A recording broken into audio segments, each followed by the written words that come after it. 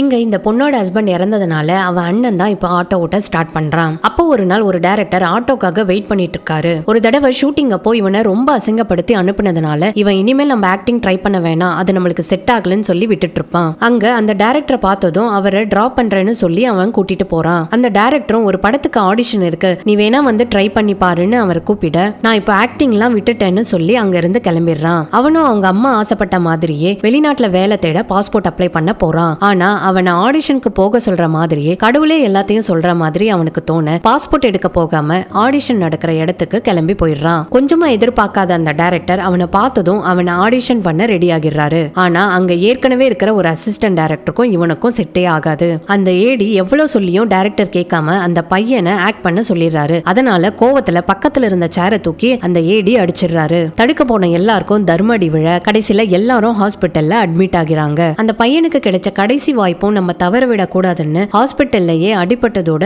அந்த டைரக்டர் கிட்ட சான்ஸும் கேக்குறான். டைரக்டரும் சிச்சுவேஷன் சொல்ல அவன் சூப்பரா ஆக்ட் பண்ணி அசத்திடுறான். டைரக்டரும் அவனோட ஆக்டிங்க பார்த்ததும் அடுத்த ரவுண்டுக்கு அவனை செலக்ட் பண்ணிடுறாரு. அதை பார்த்து அவங்க அம்மா ஒரு வழியா மனசு மாதிரி நீ செலக்ட் ஆகிடுவேன்னு சொல்லி அவன் பையனை பாராட்டுறாங்க.